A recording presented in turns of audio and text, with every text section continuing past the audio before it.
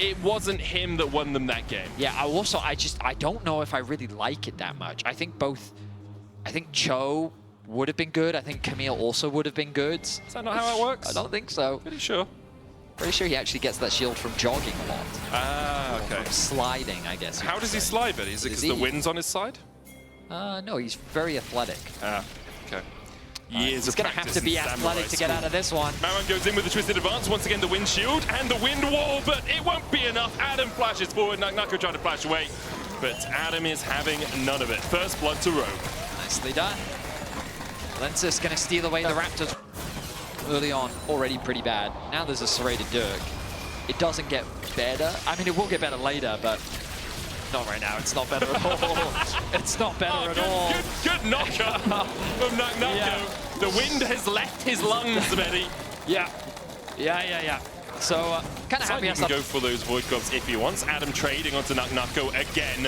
Accelerated Shock Blast into that extra damage. Adam just absolutely melting through Nako's health, but he is on a struggle bus for one. Especially if you do get that early lethality, many other top lane matchups would have just built early armor to help mitigate some of this range pressure, but he's not going to do that.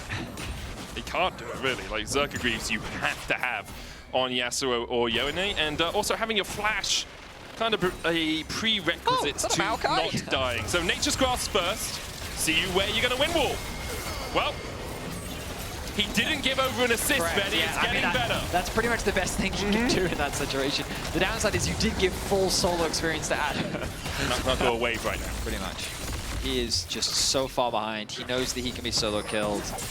It's a very rough spot to be in. Like, the itemization difference is just massive between the top laners. And Adam is definitely the type of player. The problem is, Maokai quite likes tower diving. Yeah, I think they might just go straight for Nako again. Adam's opening up through mid. Mauang, they're waiting. Puts down a sapling. Will start to tank. Execute looking for the knockup. There's the last breath as well. The twisted advance to drop the tower aggro. Nako ignited. The wind wall down. Nature's Grass coming out as well. Linces will block it for him. Nako survives with 120 HP. Importantly, Kazi and Niski continue to push in the bot. Adam has arrived. Here. Adam's here for the fight as well. Linces has his ultimate. Can go for that maximum dosage. There's the quickness. Double charm, double knockup, double dead for Rogue. They find two and should take the tower to boot. I mean, it's a clean dive from Rogue, and the game plan has been so well executed. Focus Nako, punish the Yasuo pick, and just propel Adam as quickly as they can. 4-0. Small spot of red is Kazi, who's about 400 gold ahead after taking some plates in the bot lane. Hey, Nako, Nako, it gets so much worse for him because he doesn't have flash either. Adam could just flash, red buff's like, or could just walk. Yeah, okay. Yeah, okay. Well, maybe Linces is on his way. Adam flashes the knockup, misses the shock blast. Trying to get away from Linces now, who has a flash of his own, goes in. Looking at that blunt force trauma. Adam, how are you going to get out of this one? Linces still chasing him. He dodges away from the infected Bonesaw. Nako dashing back in. Adam trying to get away on about 600 health. Knockup from Nako. Doesn't land! Nako dies to the tower! And Linces follows! He was there at the beginning. It's Adam! The first man, the only man in the top lane. Oh, it falls apart. See the dragon. Take all the topside camps, keep punishing Nako. There's already a 2-level difference, and this isn't this is a full 2-level difference. Yeah. If Nako dies again, it will be 3. Adam should be able to pick this one up with those 6 grubs. Now what you do is something that a lot of people will regularly win make Vedius, because off that play, Rogue are able to take the tower in the bot lane, their 3rd of the game. Vitality still without a turret, still without a kill. And a 5,000 gold lead looms over their shoulders. Actually execute the player with the 2nd highest gold lead on the team, about 1,000 ahead on this Rakan. I think he's just been around when plates have died. Yeah, but also he was there for the top tier 2 tower die and the top tier 1, and so he's just been getting a lot of gold from towers specifically. He so now the easiest play for Rogue is to play for Herald. Scepter, a dagger and a little baby sword. He's also got some boots. I don't think that's enough for him. Kazi dodging away from Patrick. You can't really dodge away from the Gatling gun unless you're behind it, so he will get clipped by that. Patrick going in with the Valkyrie, looking for the damage on Kazi, uses the barrier. Kazi! It's the rocket. There's the rocket. It's still got the kill. Patrick secures the 1v1 in mid. I mean, things are just falling apart for Vitality. And the thing about the bot tier 2 play is it's also not any wasted time. You know, the Herald is now respawned. Admittedly, I think it's going to be very difficult for them to now contest it, given that a lot of time was spent securing that bot tier 2, but just more gold is funneled into their pockets. 3.8k is now the individual lead for Adam. And this is just, I mean... Then immediately parts back towards mid. Rogue have a huge man advantage here as the Arcane Storm goes out onto Shayak, forces him away. Execute looking for that flank position, but there's the tier 1 in the mid lane for Rogue. They continue to extend their lead. Nutko is up towards the top side. Okay, someone give Execute a dash, guys. Guys, Adam! Adam! Adam! Okay, it's fine, he's fine. He's going to be able to get away. Top tower, at the very least, exchanged. Vitality, I admire that they're still trying to be as proactive as they can be on the map. I mean, it's pretty much all they can do. Execute's going to go for this. Quickness. Gets Nutko. There's the knock-up onto him as well. Adam trying to open up. Lince is healing up as well through the fight. The wind wall, not in the best of spots. There's the ignite. Maximum dosage used by Lince.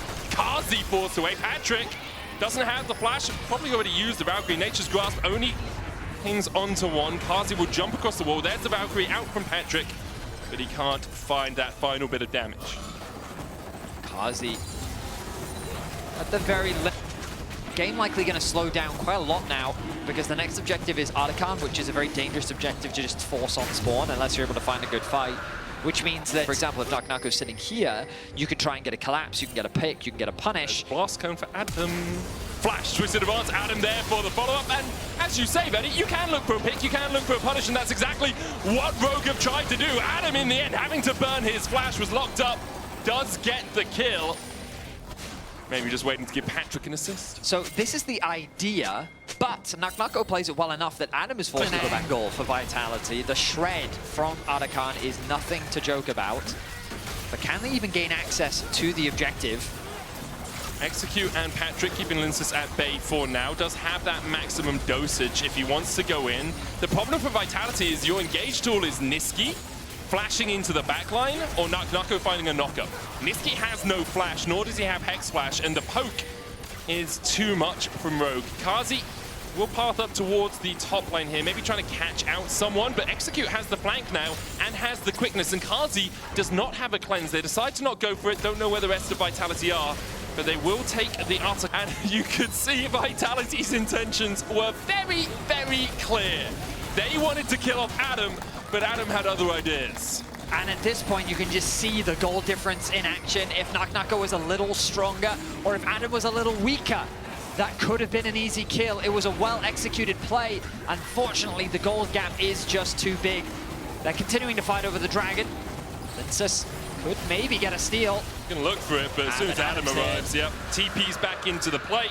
Chunks out Lince, and Vitality know that they can't contest that anymore. 12-1 now, a 5,000 gold lead, or 4.6 for Rogue. They have 2 Inferno. Now, though, the fight over the mid-wave begins once again. Rogue, if they can win another fight, that'll be Baron. Adam with no Edge of Night. Marang looking for the Nature's Grasp here. Lince is going to block it, doesn't land on anyone else, but they dive onto the jungler, and that's really all they needed. Spiraling Despair on the Rakan here. It's going to go down. Niski gets an engage onto Malorang, but not really the target you want. And now Larson, Adam, and Patrick, they just have a shooting party. They can look for anyone. Malorang, he's going to get caught out by Niski, who flashed forward to look for further engages. Couldn't find it, so both the junglers now down. Malorang over-eager in chasing Vitality. He flash W'd onto an Alistar that still had ulti available. I completely agree with you that that was an overforce. Vitality were able to buy themselves a bit of time, as it ends up being a 2-for-1 in the Send Patrick to go and get the dragon, keep Adam around because his poke is more effective than Patrick's at the moment. Patrick can solo a Drake, and this way you know that Vitality aren't doing the dragon. Niski is waiting in the wings to see if anyone from Rogue oversteps. Now he's forced away. Baron was aggro, so Kazi and Lince take a little bit of pain for the trouble of walking back towards that top side. So Vitality were largely just spectators off the back of that play. They didn't really have any real threat around the Baron. They conceded the mid wave, they conceded the bot wave, they conceded Dragon. I guess you could argue that they stalled a bit. Shayak was able to get a bit of farm. Credit to him, he's done a good job of keeping up with Larson. The goal difference is largely just the objective difference between the two teams. And so that death cap is going to come through first for Larssen, as you would expect. But it doesn't mean that Chayak is that much behind him. Now Rogue gaining control over the Baron pit. Chayak is catching a wave in the bot side. Nako takes a third of his health from an accelerated shock blast. And Soroda's Grudge now complete as well for Adam. He is in such a strong spot. Has the flash as well. Ibniski looks for the engage, goes instead onto Patrick. There's the last breath as well, execute in with the quickness, and Adam could just walk away and chase Kazi down. The redemption coming out as Adam will kill off Kazi. Lince is going to fall as well. It's a double kill to Larssen towards the top side. Lince is able to kill Adam. Shayak forced away. You can see Patrick recalling. In the end, a 3-for-1 exchange in favor of Rogue. The problem for Vitality is they're just too far behind. Every pick they tried to find, they just don't quite have enough damage. Lensis, he is a meaty front line that is difficult to get through, and with Chayak still alive, they can contest this Baron, which is why Rogue is hesitant to commit to it. But do you notice how the game is stalling? Yeah. And we talked about this earlier, that Rogue just, while they had a huge lead early on, when you take all these objectives, sometimes it can be difficult. I like the fact that they are forcing the Baron, but TP's going to be available for Nako.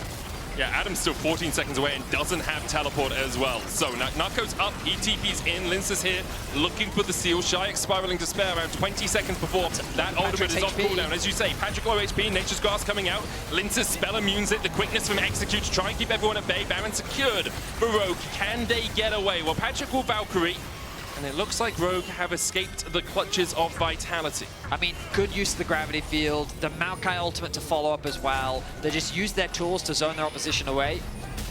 Are they looking for this fight? It's like Linces is, he gets rooted. I mean, they jump onto Linces immediately. Rogue, they cheated tempo ready. They stayed around instead of recalling after the Baron, and they find a pick on the enemy jungler. And now Marang's flashing forward once again. The engage onto Kazi. The follow-up, Marang's going to get healed. Redemption from the skies. Adam trying to chunk out Nako, and he'll put him in the dirt. Niski follows. Adam is 12-1-6 on this chase. With only Chayak left to defend, I think the Rogue is going to close this series out.